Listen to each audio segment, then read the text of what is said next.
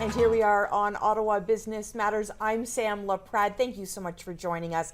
Lots of great guests today. We're going to see Sueling Ching, of course, President and CEO of the Ottawa Board of Trade, a little bit later in the show. But we're kicking off with all things tulips and the one and only Jo Riding. Hi, Jo. How are you? Hi, Sam. I'm great. Thanks for having me. It's so exciting to have you here because whenever I chat with Jo Riding, it means that Canadian Tulip Festival is right around the corner. That's right. I'm a sure sign of spring. I'm like the groundhog. Yeah. Yeah, exactly. Yeah. So May 10th to the 20th. That's right. And I always joke with you don't sleep from April 1st to June. That's about right. Exactly. Yeah. It's such a busy time.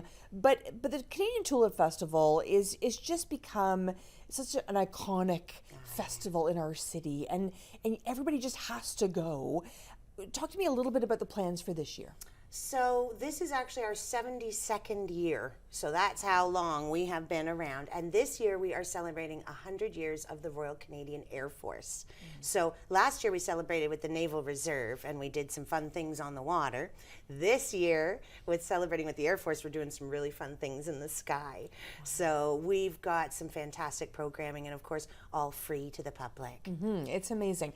And when I think about the economic boom that Tulip Festival brings, because I love walking around and I'll meet somebody from Mexico and from the Netherlands and everywhere in between. Yes. And of course everybody flocks here from Canada too. Yes. That economic piece, do people really understand that, Jo, do you think?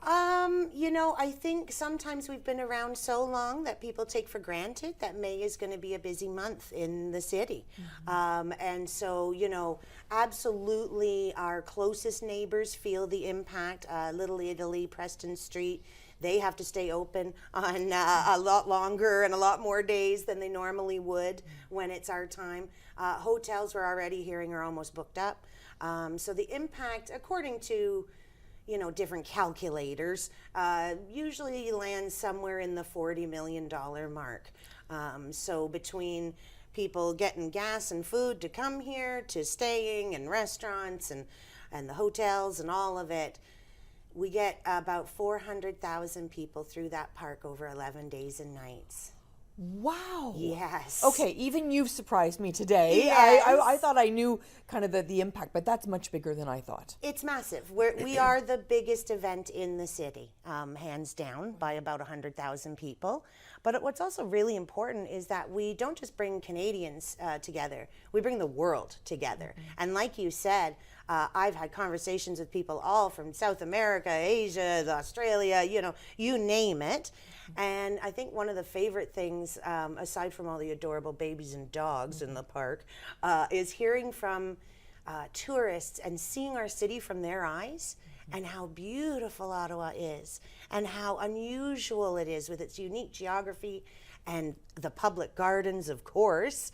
We have over 1 million blooms every spring. It's incredible. It's amazing. And give us the short version of why this Tulip Festival even happens, because I still find people in the city don't know the history. That's right, and that is our job. That is our mission, is to tell the story of the original gift of tulips. So it's a gift of gratitude from the Dutch to all Canadians, and it is in large part a thank you for the service members that helped fight in the freedom of the Netherlands. So we lost over 7,500 young men and a few women at that time in that fight. And at the same time, Ottawa was hosting the royal family, the Dutch royal family here, and one of the princesses, Princess Margriet, was born 2 blocks away from our festival site at the Ottawa Hospital Civic Campus.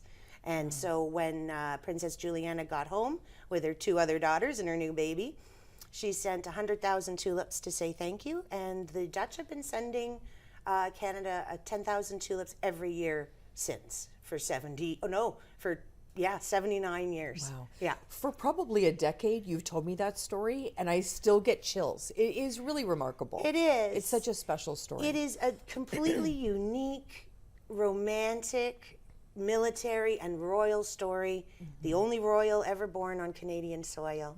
But what really gets us is all those stories from the liberation, and the impact it had on the Dutch. So this year we have a sound and light experience. It's featuring Operation Manna. So the biggest humanitarian effort undertaken during the Second World War. And that was led by Canada and England. And I met a lady in the park last year who lived through the Hunger Winter. She received those airdrops. She talked to me about being able to only eat one square of chocolate at a time. And so what we did was we took that story, we turned it into part of our sound and light experience.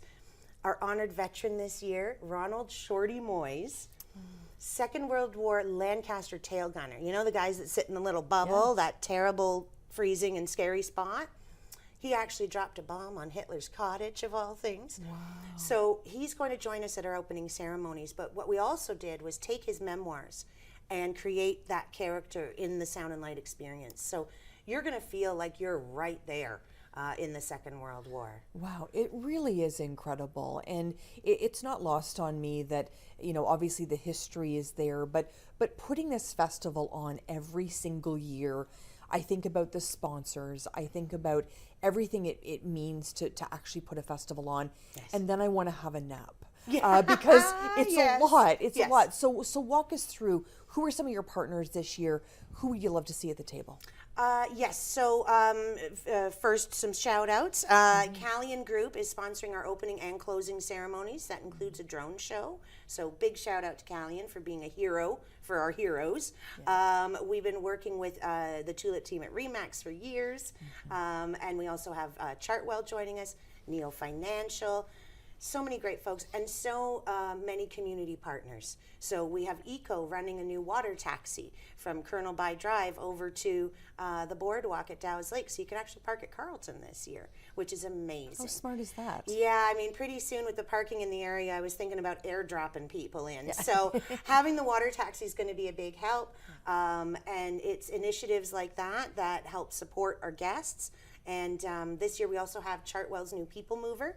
So we'll have some golf carts running in the park to help folks that need it get from one end of the festival to the other. And of course we work with all of the Ingenium locations as well. So Aviation and Space has to get in. They're doing a lunchtime thing. And you can also park at the Agriculture and Food Museum as well. So yes, it takes a lot of support to make the festival grow. For sure. Why is the Canadian Tulip Festival a member of the Ottawa Board of Trade? I love that you are. Yes. But why? Why is that so key for you? Well, the Ottawa Board of Trade invented the Tulip Festival. So our founder, Malik Karsh, you may obviously know the name Karsh. So the two photographer brothers, Yusuf, who did portraits, and Malik, who did landscapes. And so Malik had noticed that for about 8 years after the tulips were originally planted, that people kept coming to see it. And he realized this would be a great way to showcase Ottawa small business. And so it was Malik's idea to begin the festival, and he reached out to the Ottawa Board of Trade and said, let's get together and make something that shows off our community. And that's why we've been around since 1953. Wow. And I'll tell you, in 1971, a young Sam LaPrade, who was on her first walking shoes. I've got these beautiful pictures of my grandparents, and I'm in the middle, and I'm holding each of their hands, and I think everybody has a Tulip Festival story, because then I turned around when I had my wee girl, and we went to the Tulip Festival. It's become very much a generational piece, and the fact that it all started from small business just talks about that ecosystem again. Isn't that great? Yeah, exactly. I mean, that really was why it was founded. And you're right. I mean, it is a part of people's lives. Just this year, I'm planning 3 different proposals in the tulips for some lucky women. What? Yes, That's I get not some, for me. I know this much. Yeah, exactly. Yes. I get some eager boyfriends that want a little bit of help to do their thing. So, I'll say no more. But we've had engagements, we've had weddings, children have come and taken their children, then their grandchildren. So we are part of the fabric of the city. The tulip is the official flower of Ottawa. And what the National Capital Commission does is create the largest public display of tulips in the world. So the difference being that, yes, there are very large fields of tulips in the Netherlands that you can visit, but they're on private land. You need a ticket. And so that's the difference, and that's what makes this so unique, is that we are free and open and ungated, because the gift of tulips was given to every Canadian. So you're not going to put a ticket on that. Yeah.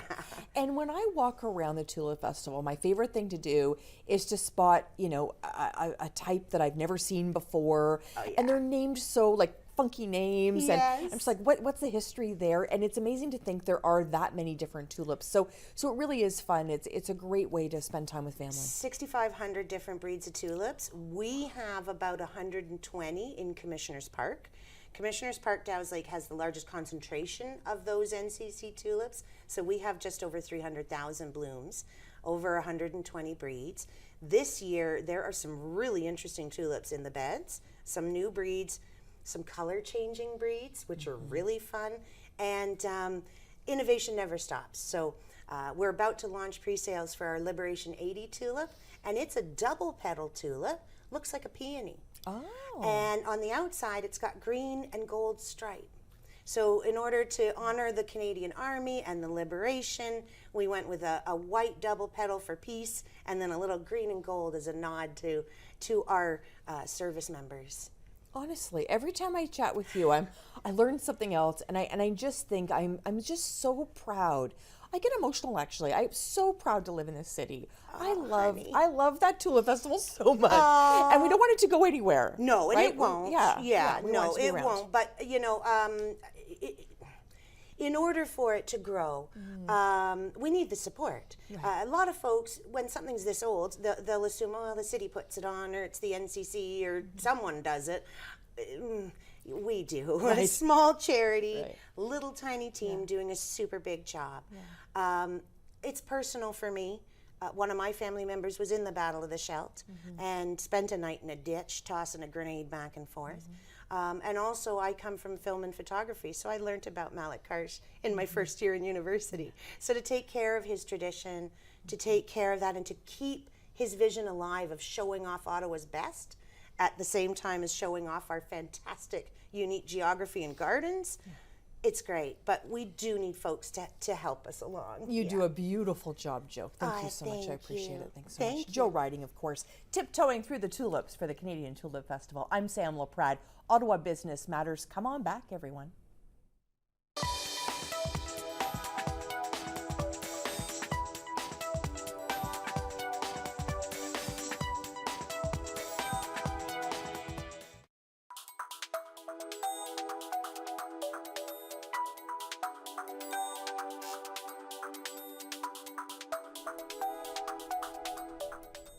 I love introducing you to fabulous business leaders. And our leader today, of course, is Elizabeth Kilvert. Hello, Elizabeth. How are you? Hi, very well, Sam. Happy to be here this morning. I'm so happy you're here on Ottawa Business Matters, because this is an opportunity for you to not only talk about the impact you've made in this city, but to talk about Unrefined olive, which of course I have been in and love. So we'll talk about that in a second. Absolutely. But give us a little bit of a sense. What's your background? So my background is actually international development studies and marine biology. So as a marine biologist, scuba diver, aquas, coral reef researcher, citizen science, biodiversity, environmental education, and natural history museums, and in all kinds of field work in many different countries and continents. And then take me, of course, to Unrefined olive. Logical succession. I always say marine biology to oleology, which is like a sommelier for olive oil. So when I left, my last going off, I was working for the federal government in environmental education and biodiversity, and I knew I wanted to go. Things had changed. That was 12 years ago. I had never worked in retail, but I knew I wanted to work with foodstuffs. Are you passionate about food? Very much so. So I wanted to work with something that was my passion, so food and travel, but something that had a long history, but it will also fit with my core values. So I wanted a foodstuff that was environmentally sustainable, fair and equitable to the producer, not environmentally damaging to the soil, etc. So I kept going around in my head saying, spices, chocolate, coffee, like where can I go with this tea? But it also has to be a business. Right. So at the same time, you have to look at business opportunity, cases, what's missing from the landscape.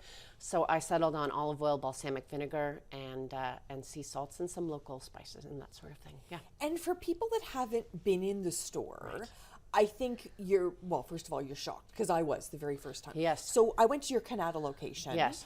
And I was going to a store nearby, and I walked by and I was like, ooh, this is interesting. The way your store is set up, very welcoming. Yeah. So talk to me a little bit about why Canada, why the glebe? 100%. So as I said, it goes back to that business core decision and also intuition that you look at per capita population, you look at income distribution, you look at footfall traffic, you look at, in my case, both Canada and the glebe are residential areas, so there's tons of pedestrian traffic. They're also destinations because of where they're located, the co-associative businesses. In Canada, you have Canada Lakes. You wouldn't believe the amount of people who walk their dogs and their bicycles and their babies and their children and themselves, and the same with the glebe. They're also, as I said, touristic destinations. So you look for all of those things that will make for a successful business. And you also look at the neighborhoods that you want to participate in as well. And who's around you as your neighbor? Chocolate stores, unique boutiques, clothing shops, local businesses of small to medium to large sizes. So you look for all of those factors when you're building a business. It really is fantastic. And I want to talk about your leadership as well.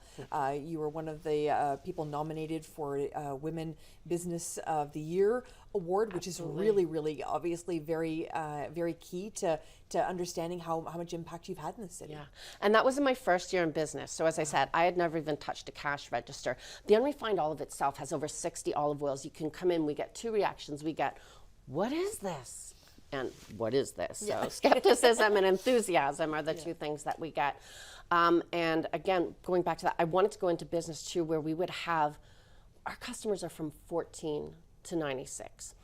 And being in, I would see myself not as a leader so much as somebody who's a catalyst and a facilitator who likes to work with community. And that's why it's so beautiful to be in olive oil and balsamic vinegar, because food is cross-cutting through every sector in society, through every organization. It brings people together. It gives you that opportunity to communicate and share. So it was very key to me. I'm kind of on, I'm an enterprise, but on the social enterprise side, that I wanted to use this opportunity to burst that bubble of the federal government and work within Ottawa, work with our community, work with organizations that matter to us and that matter to this community. So whether they be, the wonderful Cornerstone, Harmony House, whether they be Shepherds of Good Hope, Ottawa Mission, whether it be working in the culinary program at the Ottawa Mission in order to teach, to bring new leaders forward into business. So always with that community attachment to things, and mentoring and bringing in new businesses and sitting on our BIAs and making sure that our patchwork of villages, our Canadas and our Westbros and our Orleans, et cetera, that there is interconnectivity there and that we are building solid communities and neighborhoods in these patchwork villages, but also writ large in our community. What are some of the challenges of a small business at this time, coming out of the pandemic? Yeah. We hear about, it's hard to find people to work in a store. We find it, it's hard to get the traffic we had in, in 2019, for instance. What are some of your challenges? I think that we are very fortunate to be a bit bubbleized with our federal government, with our military, with our healthcare and our tech sectors, that, even though it's recessionary times and it's very difficult, we still are a bit protected with stable pension and stable jobs. So people still are purchasing. Are they purchasing in the same way? Are they purchasing what we used to consider a staple, olive oil? Is that now an affordable luxury, or does that go to a luxury good because of price points and where we're at? So, foodstuffs were fully ingrained in the pandemic because everyone was home cooking and baking, except if you owned a retail store, then you were sleeping on your floor and trying to get everything done. Labor shortages, everyone I've talked to in small business has said the last 2 fiscal years, we talked about supply chain shortages, labor shortages. We had to find quick fixes for finding glass bottles and products, et cetera, which weren't always available, which meant at a greater cost income. And now when we look at our balance sheets over the last 2 years, you've got to get really crunchy with your numbers as a small business. You've got to take care of your people and retain your staff. And that's not always salaries. Maybe it's medical and dental plan. Maybe it's opportunity. Maybe it's training. Maybe it's a greater flex schedule. When we first started, we were only open 4 days a week in order to give people that rest time to ease back into that workforce, not 7 days a week. So there were numerous approaches, but it really is, I said to someone, it's almost like rebuilding my business again. What is that POS system? What is that charge on it? What is our telecommunications package? Who our heat, our hydro, et cetera. So it's reassessing all of those services to save exactly where we can, because our model, we have 60 beautiful olive oils and balsamics, and that can be very daunting. So we don't have dynamic pricing. We have, our bottles are $18, $28, and $46. Okay. So it takes that guesswork out of it, but also you don't want to change those price points too abruptly. We're all used to kind of sticker shock and shrinkflation, et cetera, but we made a very conscious decision of when we raise our price point, it's not for our profit, it's to grow our business in a way that we're taking care of our customer, our community, and my team as well. Yeah. What would you say to somebody that maybe is, and nothing against the federal government because we need them, Yes. but maybe is working in the federal government, maybe they're 20 years in, they have a dream like Elizabeth had. Tell me about, inspire someone that's listening, watching today. Okay, well, this is a good inspiration, actually. Pay attention here. So when you work for the federal government, as I did, I had only worked for them for 10 years, but you're still paying into your pension during that time. And when economic conditions get harsher, this is not an exact science, but pensions are indexed, right? So your pension's actually worth more. So how I started my business, I left the federal government and I cashed out my pension. You have to put half in a lira locked in retirement, investment. And then I took the other half of that pension and I used that as capital to start my business. How are you going to save in 10 years enough capital to start a business or to have that core money? So go work for the federal government, be diligent, do a good job, work hard, but then remember that you're also building a pension that you don't have to wait until you're 50, freedom 55 or 65. You can withdraw that funding to start your dream of whatever it might be. Wow, so brilliant. I would have never thought about that, to be honest with you. So walk me through, the Ottawa Board of Trade obviously is a key group in the city that, that is not only advocating for small businesses. I'm sure you don't have time to hear what the Prime Minister is saying every day, or the Finance Minister, here in Ontario, whether it be Doug Ford or the Prime Minister himself. I mean, so do you look at the Ottawa Board of Trade as that advocacy group that kind of does that work so you don't have to? I love the Ottawa Board of Trade. For my business, I have a global industry. We have, the things that we do on a Canada-wide level. We have, as we know, federal things, provincial things. So the Ottawa Board of Trade, what they do is they help to roll up information. So the City Builders event is coming up. You get incredible information. Where's Ottawa going? When is our downtown core going to be filled at? What capacity is it at right now?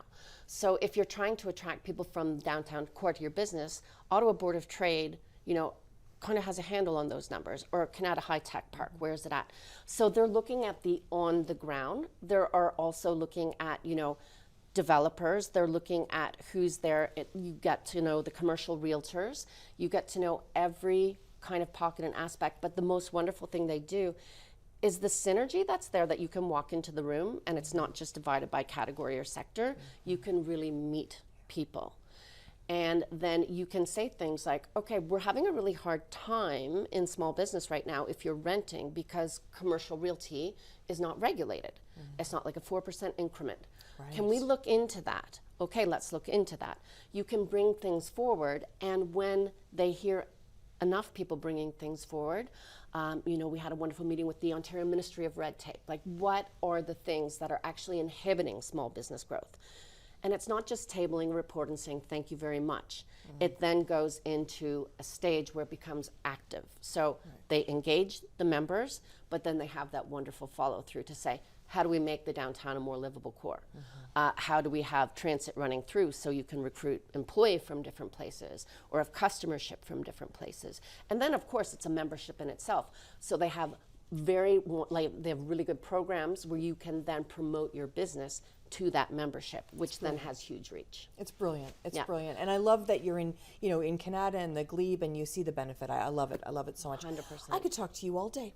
Well, this has been lovely. Thank We you can so when the much. show's over. We'll grab a coffee. I look forward to it. We talk all things Thank you. olive oil. I look forward Thank to you it. very much. Thank you, Elizabeth. Elizabeth Kilvert joining us today from Unrefined Olive, wonderful business leader in our community. We're going to meet more business leaders when we come back on Ottawa Business Matters.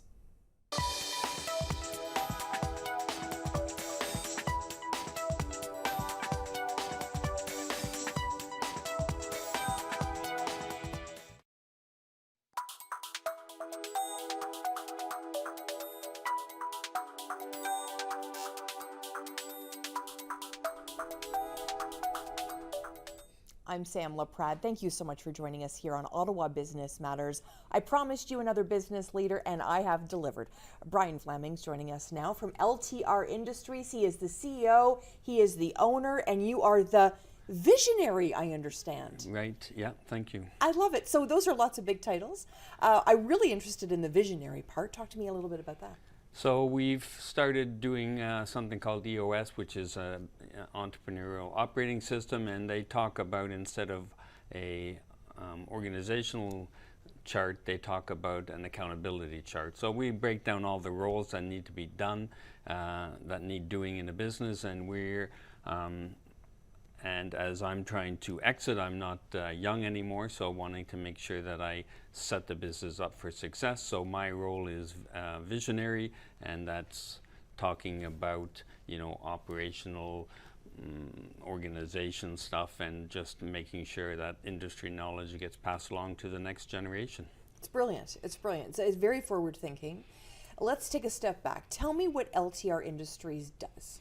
So we're a commercial cabinet shop. We build commercial millwork like we would build this set, for instance. We've done work on television sets. We've done work, but mostly through the Ottawa Construction Association, another great member association in the city. Through general contractors, we tender contracts for commercial jobs like restaurants or hospitals or doctors' offices, federal buildings, which is what we're working on now as the federal government renovating some of their projects.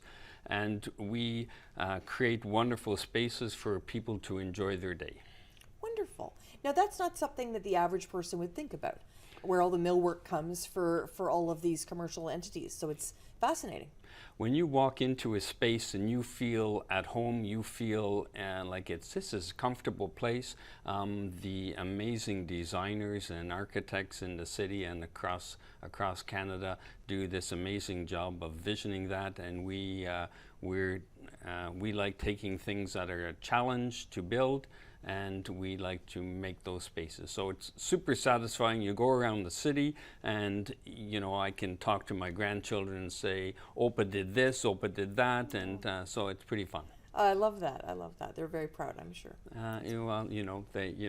Where's the ice cream is what they want to know. Exactly, like most kids. Yeah, absolutely. I get yeah. that. So when I think about the challenges of any business right now, we hear a lot. We've talked about it earlier today.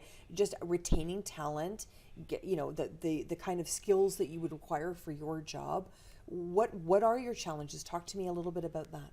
Well, it depends. You ask my son who works for me what my challenges are, he's going to say something a little different. And certainly from when I started the company back in the 80s is way different than now. The way I ran the company doesn't work anymore. And so understanding that we need to be forward thinking, I can't micromanage everything as we grow. So that's where I'm so excited that my son looks at things different. My general manager looks at things different than me, and they like my knowledge, but they don't like the way I've been micromanaging the company. So it's a transition for me and for our company. And then creating a family atmosphere in a company where people want to come to work is the challenge that we have. But coming out of COVID now, it's starting to be, we're seeing more people feeling comfortable again and looking for new pathways into work. Yeah, which is brilliant. Talk to me a little bit about the industry would have been typically referred to as a man's industry, men working in that field, but you've managed to attract many women into this field. How important is that for not only the company to have that mix, but also, you know, to welcome women into the industry? So we've been somewhat successful, and we have a few women working for us right now. But it is a challenge because they're, you know, they learn quick. They're very agile in their thinking and in their dexterity. They can do a lot of things very well, and coming into construction, they often have more aspirations, so they like to grow, and we're trying to create those pathways within our company so that depending, no matter where they start, there's no real ceiling to where they can go. They can grow up with the company and with their skills in the company. And that's certainly what a lot of like the Ottawa Board of Trade's working on, helping pathways into the industry, into the construction, manufacturing, through that learning, and it's been interesting to see. And Well, what would you say to somebody that maybe has always wanted to work with their hands in this way, a woman that maybe has never sort of thought about this industry, but how would you inspire her to get involved?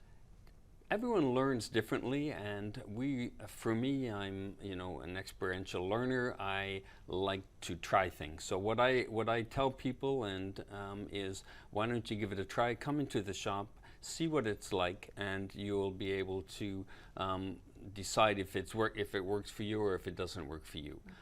I love that people are always trying to continue to learn. Education is a phenomenal thing. We're so blessed in this country to have so many options.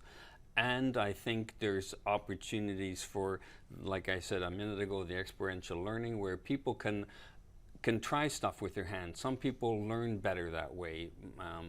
Certainly I would have been more successful in high school if I had more of that opportunity. Yeah, brilliant connection there. I feel the same way, to be honest, that there was more hands-on. Well, we're hiring. Come on down. There you go. I don't think you want me in there. But I know safety would be top of mind for you, right, in terms of keeping everybody safe. Talk to me a little bit about what you put in place for that. So that's great. So we've focused a lot over the last couple of years on our values, restating them, really understanding what's that permission to play in our company, which is, you know, and respect is one of the big ones, and part of that respect is having a safe working environment. When we built a new factory a couple of years ago, and we wanted to have a non-hazardous working environment, we want to make sure that the air is clean and safe, and we're always, we get inspections from the Ministry of Labour every year. Our insurance company comes through, so creating that space, and we weren't as good a few years ago. I have a senior cabinet maker that stuck through us, and he's much happier now, so having more space and that wonderful environment. That's wonderful. Where's your new factory located? We're out, so I always say we're right by the casino. We're just south of the casino, corner of Albion and Rita Road. It used to be owned by Gloucester. It was the Johnson's Corners Public School turned into our factory. It's interesting. And I love that, you know, there's obviously business, how big Ottawa is. We talk about that all the time, but business in every single corner of this city. We loved the south. It was an affordable property when I bought it, so that was great. I used to be on Colonnade Road. We got a little bit out of the city, but now it's the transit way. I can almost walk to it. So, and the casino certainly has attracted a lot. The housing in that area is really expanding. How important is it for you to be part of the Ottawa Board of Trade for that business-to-business connection, that you're able to go to an event, whether it be a mayor's breakfast or the Bob's or another event, you know, one of the events in the evening, that you can connect with business owners? Absolutely, and I'm an extrovert. I like talking with people, and that part as a visionary, I need to keep that market awareness and that city awareness. What the Ottawa Board of Trade does so well is making those connections, and not just with me. I'm involved in construction. It gives me a pathway into into other businesses, into other walks of life that I don't necessarily get involved in. You know, and it's similar to the Greater Ottawa Home Builders Association, something a little different. I'm more commercial, they're more residential, and they do a great job making Ottawa wonderful so that people want to move into the city. Yeah, and that's what it's all about. Working here, living here, and playing here, which I think is so key. What advice would you give to a Brian 25 years ago?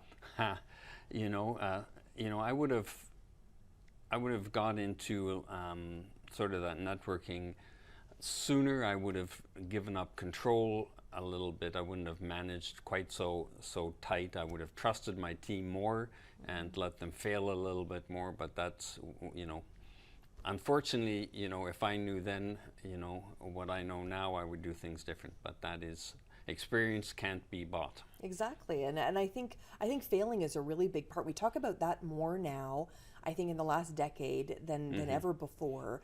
How important it is to fail and recognize the failure and realize that that's a step to success.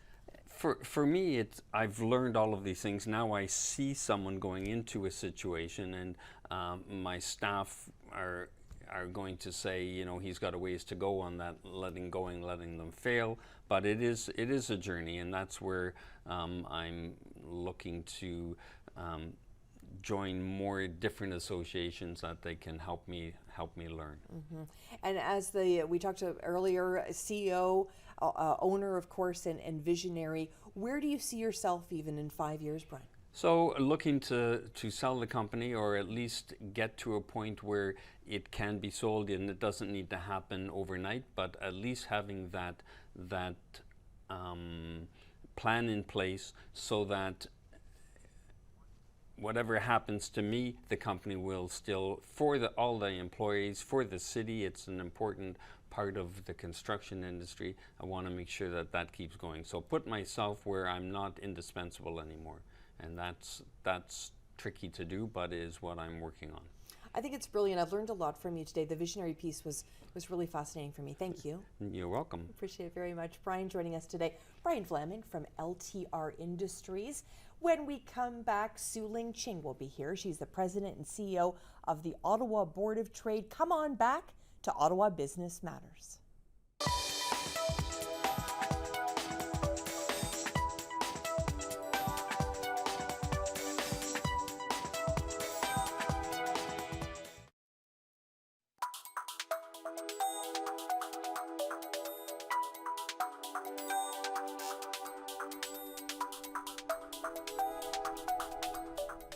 Here we are on Ottawa Business Matters. I'm Sam LaPrade, and the one, the only Sueling Ching, President and CEO of the Ottawa Board of Trade, is joining me now. Hello. Hi, Sam. We have had incredible leaders on today. We've had Joe Riding, we've had Elizabeth Kilvert, and Brian Vlaming. Incredible to hear from them how impactful the Ottawa Board of Trade is. But I want to talk a little bit about how impactful, let's just start with the Tulip Festival, how impactful that is to businesses in this city. Absolutely. I mean, aside from the history that the Board of Trade has with the Tulip Festival, which was an education that I had when I first came to the Board of Trade, we have very deep roots with the Tulip Festival. It's an nationally and internationally known festival, and really speaks to our ability to create meaningful partnerships all across the world with key areas of our community, draw people to the city, but also just be a really wonderful, warm community builder for the people who live here. 100%. The economic impact is wild. $40 million was the number Joe Riding shared with us. And I just sort of sat back in my chair. I mean, I had no idea. We talk about hotels, we talk about restaurants, we talk about gas stations, and everything in between, all the entertainment that comes with that. For a free festival, Yes. that's very impactful. It's very meaningful, and so we're really grateful to Joe and you know, our citizens of the Lifetime Achievement Award winners last year were Grant and Pam Hooker, Yes. who people will know from the Beaver Tales, and I hope we get to speak to them one day, because the way they tell the story of how At one point, the Tulip Festival, was at risk of not being here anymore, and how they've come in and worked with fabulous people like Joe to get it up and running again. So it's a huge economic driver directly, but it and other festivals and events, and we've talked about this before, how the music, cultural, arts, and sports entertainment scene is a big part of really driving economic growth, but also attracting people here to live here, to elevating our quality of life, being a cultural hub, educating our young people. All of those elements are so important to us as a city. May 10th to the 20th. I know you'll stop by the Tulip be there. Festival. I'll be there as well. It's just something we do as a family. It's not even a question, will we go to the Tulip Festival? It's when we're going to go to the Tulip Festival. Yes, it's a very special festival here in Ottawa, so I encourage everyone to support it. Absolutely. And you're running hard, as always, right towards that City Builder event happening April the 23rd. What do you have planned for the big day? So this is an event that we've been doing since 2019. And, when the Board of Trade was created over 167 years ago, business and community leaders that are in the Board of Trade today, that the same version of those business and community leaders were ones that were really building the city, like everything from making sure we had fresh water to garbage pickup and, where the buildings went, etc. And so we felt 5 or so years ago that it was time for us to create an opportunity for the business community, elected officials, economic developers to come together for a day to talk about what the future of our city should look like. And over the course of the last few years, it's grown. So we expect fully to sell out at the Horticulture Building, which we think is a really symbolic place to hold it. And but we've really fine-tuned the agenda as well to be very meaningful to what's going on in our city at any given time. So this year we'll be talking about downtown, looking at what some best practices are at downtowns across Canada, what the federal presence means for downtown. We'll be talking about energy transition, as we have to make sure that we have access to the energy we need to drive our economy and our communities, but also that we are taking into consideration the environmental impacts. We will have our very popular high impact projects. So we're going to get an update from the airport, an update on LRT, an update on the hospital. And we're very excited to have Mike Moffat back from the Smart Prosperity Institute. And he's over the last year released some new findings and data around housing. And so to have him there. And we're very excited to have Jesse Card and his Youth Ottawa counselors coming to give us a perspective from a young leader's lens. I love it. Because we have to look forward in this city. And we've talked about it before, Sueling, but I think it's really important to reiterate that, we can sort of say, oh, this project's been delayed, or this maybe isn't what we thought was going to happen in terms of timing. But overall, and Michael Curran was talking about it recently from the Ottawa Business Journal, that we're in this beautiful transition in this city. And it's just full of opportunities. And although people can focus on the negative, I'm not focusing on the negative. There's a lot of amazing things happening in this city. We have transformative projects happening in this city. I would say we have strong leadership in this city right now, and a real sense, especially post-pandemic, a real sense of the importance of working together. And what that allows us to do is optimize the resources we have for the greatest impact. And it's important for us to do that because, we're competing in a global marketplace. And so I really believe our ability to work together, deeply work together, is a competitive edge for us. And then how do we leverage the fact that we are the nation's capital, that we are the second largest city in Ontario?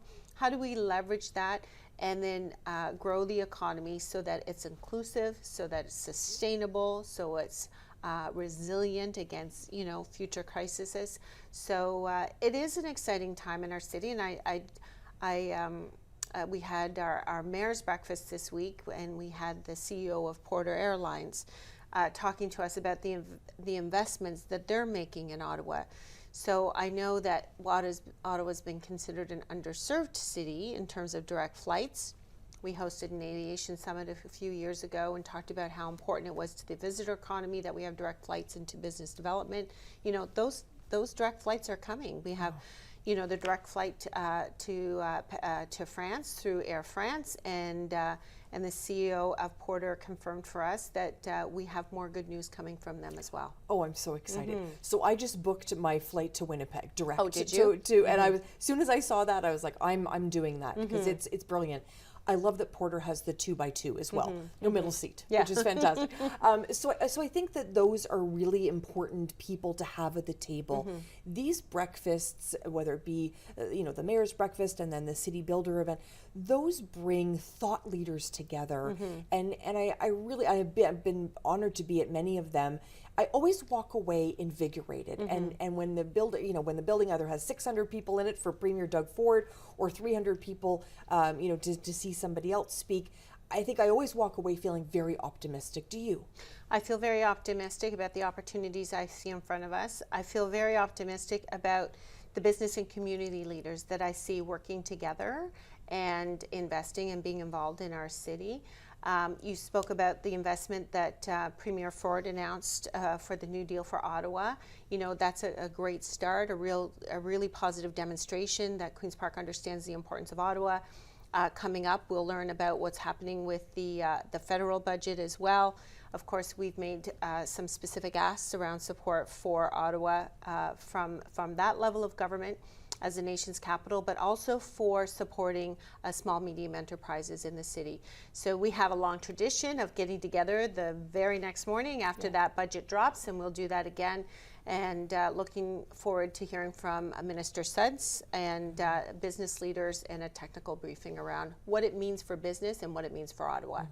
We had business leaders on today, Brian and Elizabeth joining us, small business, medium businesses, really having an opportunity to share how they see the city, how they see the Ottawa Board of Trade and the role there. From every corner of this city, we find businesses that are relying on the Ottawa Board of Trade. Is that big on your shoulders that they're looking to you, Sueling? I don't feel that way. Like, I feel as though the Board of Trade has an important and unique role to play as the voice of business. That we have the opportunity to serve businesses by calibrating information, by convening, business leaders, by working with elected officials to make sure that we are creating an environment that's competitive for the businesses to grow and thrive, but also, to be innovative and to solve some of the problems that we have in our cities, to support the quality of life. So I feel kind of like we have a specific role to play, but so does everyone, and so do you, and we're kind of all in it together. So that's what I feel mostly. I feel the sense of camaraderie and that that we're working together towards something. And of course, we're always looking forward to other events that the Ottawa Board of Trade and the Ottawa Business Journal put on together. The 40 under 40s right around the corner. Yeah. All those nominations are in. We're heading towar's that big June event. Yeah, we're excited about the gala that we used to celebrate the young leaders. We had very many very good applications for the top 40 under 40. So we appreciate people making the effort to be a part of that program, because those young leaders, I was just saying this morning to one of our, Shirley Westindy was at one of our events, and we were talking about how if we look at the list of people who've won 40 under 40 over the last 25, 26 years, you can see that they're the business leaders today. So it's really important for us to continue that program. I think, they're obviously named 40 under 40 because of the work they're doing in the community, but I think it also inspires them to stay involved as well. I remember looking at the application, not that I was anything, I was I was nominating somebody. I loved the fact that what they had accomplished in their career was one aspect, but how they delved into the community was really, really important. So it's this meshing together of community and career aspirations. And I think that's, to your point, that's really what's creating leaders today. It creates the leaders today, and Elizabeth, who you interviewed earlier, is a beautiful example of someone who's successful in business, who has that entrepreneurial spirit, right? But then also has been very involved in our community. And I think there's a synergy there where you can where you can have an impact in the community where you're doing your business, and then hopefully, your business is also successful because you've developed those relationships and that network. So I think, especially after the pandemic, none of us can deny that the economy, that community building, that city building, all of those things are connected, and they have to be moved forward synergistically. Yeah. When I look at who's a member of the Ottawa Board of Trade, I see young people there. I see people that have been in our community for a very long time, making really big impact. I see small businesses. I see big corporations. Why is everybody needing to be at the table? Because of that connection. Because when one part of the community thrives, then we all do. But if one part of our community is not thriving, then none of us are really being successful. And and we work with lots of associations that are sector specific or only cater to small business or only cater to young entrepreneurs. We work with a lot of those organizations. But what I love the most about the Board of Trade is that there is a place for everyone. So we have a very large city, geographically speaking. We have over, the majority of our businesses are small, medium enterprise, but we also have that beautiful international flavor. So that's what makes it really unique and interesting. Well, it's wonderful. We're so glad that you're the head of it all, President and CEO of the Ottawa Board of Trade. Thank you, Sueling. Thank you, Sam. Appreciate it very much. Thank you so much to all of our guests today. We spoke about everything from cabinet making to olive oil to the Tulip Festival and everything in between. Thank you so much for joining us. Until next time.